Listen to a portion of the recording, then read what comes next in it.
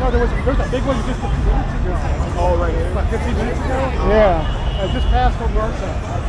4 girls, and they were fighters. No, we had a big one at 53. Just like not too long ago. Our brand or that was not called it. They kept fighting, so we The two guys you arrested. yeah.